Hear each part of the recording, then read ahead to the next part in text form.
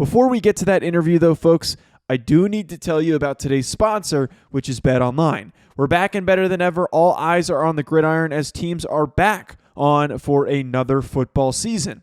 As always, BetOnline is your number one spot for all of your pro and college football action this year. With a new and updated site and interface, even more odds, props, and contests, BetOnline continues to be the number one source for everything football. Head to their website or use your mobile device to sign up today to receive your 50% welcome bonus on your first deposit. Don't forget to use promo code BELIEVE to receive your bonus. From football, basketball, boxing, right to your favorite Vegas casino games, don't wait to take advantage of all of the amazing offers available for the 2021 season. BetOnline is the fastest and easiest way to bet on all of your favorite sports. BetOnline, where the game starts. Welcome to this Believe in NFL Draft Prospect is Spotlight interview. We're getting closer and closer to the 2022 NFL Draft, so I want to bring on some of the best football players across the nation, regardless of level. I have here Mr. Nick Zakelj, who is an offensive tackle. I think he's going to play a little bit all over the line at the next level for the Fordham Rams. He is a dynamic career, to say the least. 3-time All-League selection, and now he's a 2022 Reese's Senior Bowl participant in waiting, getting down to Mobile here in just a few weeks. Nick, appreciate you for coming on, man. Really enjoyed, obviously, the film I've been able to see on you over the last couple of years. Congratulations on the Senior Bowl, and thank you so much, again, for just taking a few minutes with me, man. Of course. Thanks, Ryan. Thanks for having me. Absolutely, bro. Yeah, absolutely. And I know, obviously, I want to talk a lot about the Senior Bowl and that awesome moment, but I kind of wanted to run this, and I usually run these things as kind of like a little bit of a journey, because I know I went back and I just kind of looked at, going back to like Brecksville, Broadview Heights High School, obviously out there in Ohio, and going through, obviously, the career that you had at Fordham. So I want to start you out, just coming out of high school a little bit.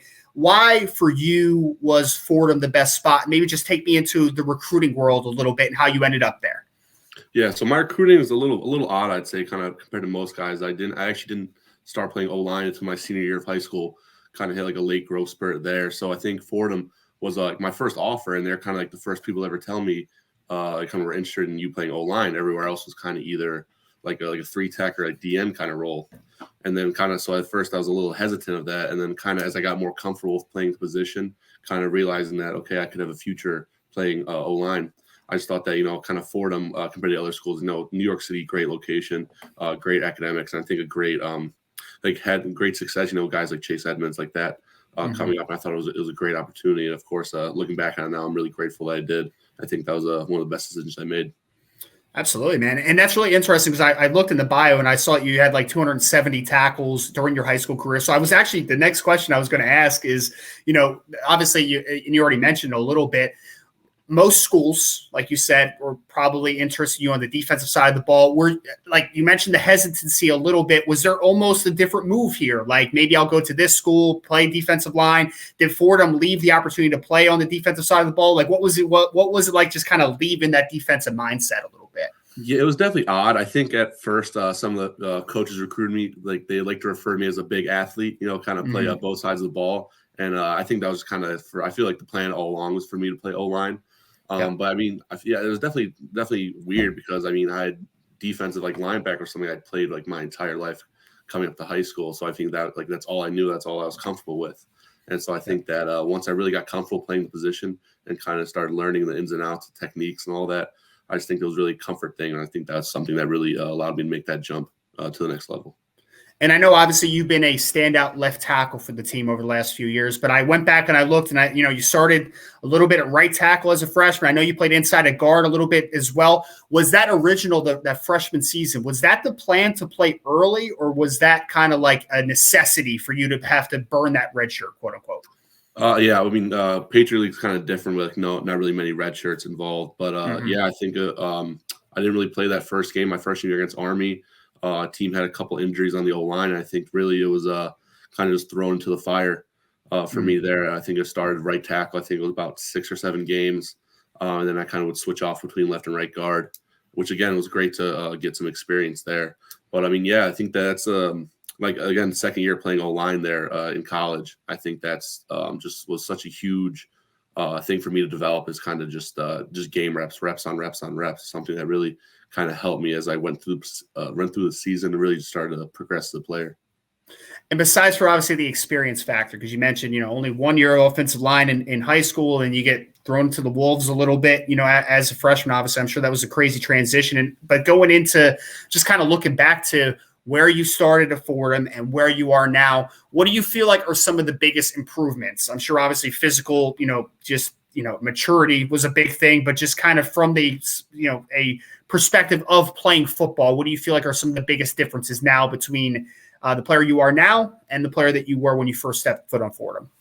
Yeah, I definitely just say mostly technique aspect. As soon as I've gone older, yeah, my body's matured, but also I've kind of refined the technique. I'm much smoother in my set, getting back to like my aiming point, which is a big thing. Kind of punching the hands, kind of knowing where freshman year is kind of just you're throwing your hands, hoping it lands somewhere. But kind of as you get older, you get more precise with where you want to punch a guy, kind of where he's kind of dipping, or kind of like the really area that you can punch in. And then I think also just kind of having more control under my steps. I think that freshman year, you're trying to get steps in really fast. So you're just kind of flying out of control, kind of body, no real body control. But I think senior year, as I got older, I was able to kind of really refine those steps. So I was able to get to my spots under control and with much more power.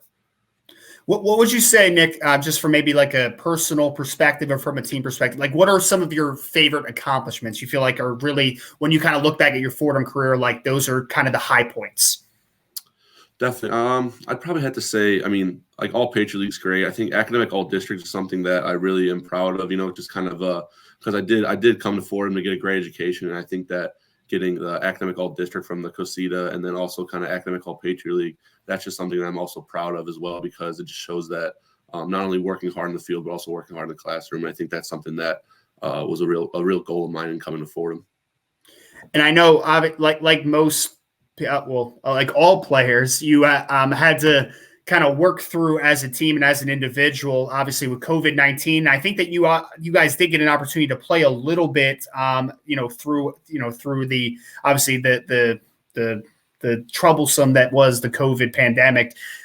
Just talk to me a little bit about how you feel like the team were able to navigate it. And then obviously can come out on the other side, I'm sure, a stronger and more together team overall.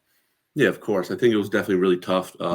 In some cases, not being able to meet, kind of having Zoom meetings where it's kind of you're not able to get that face-to-face, kind of really build a bond with the team. But I think that kind of really put a lot of, like, not stress, but kind of really put a lot of weight on the captains, kind of leaders' shoulders of the team to kind of bring guys together and make sure that, okay, we're not here together in person, but we just got to still be putting the work in so we can still progress as a team.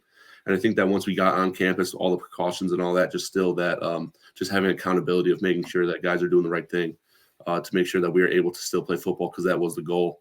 And I think that a lot of guys did a great job, kind of having to make sacrifices. And I think that's the biggest thing, kind of people that we had to sacrifice to be able to kind of play the game that we love. I think that's something that really was really good that came out of it.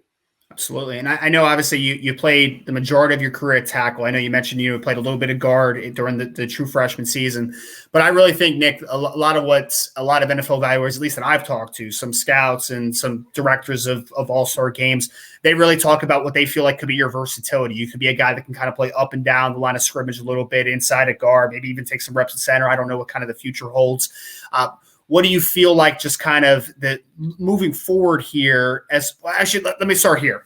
I'm jumping ahead a little bit. Let me start by just asking, as a football player, a guy that's developed into the player you are, who are some guys you'd like to watch? Because being a guy that started on the defensive side of the ball, I'm sure you probably grew up liking a little bit of a different position group, but are there some offensive linemen on the NFL level, could be past, could be present, that you like to watch a lot to model your game after a little bit?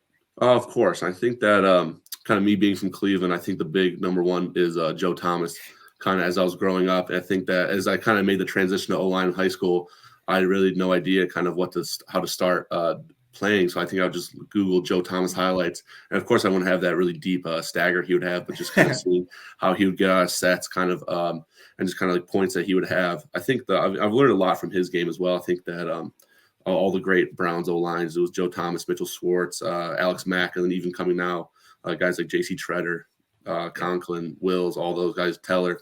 It's kind of really that you're really able to see a lot of great O-line play. And then other guys too, I think that there's different guys you look to for different things, kind of a big guy for like nastiness and being physical, kind of like finishing guys. Ryan Jensen, I think that he just does such a great job on that, kind of imposing his will on a defense.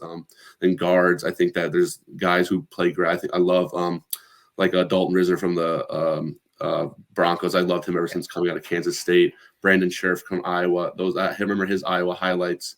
I think against it was like Ohio State his senior year, something I watch all the time. Him getting out in space and just absolutely flattening guys.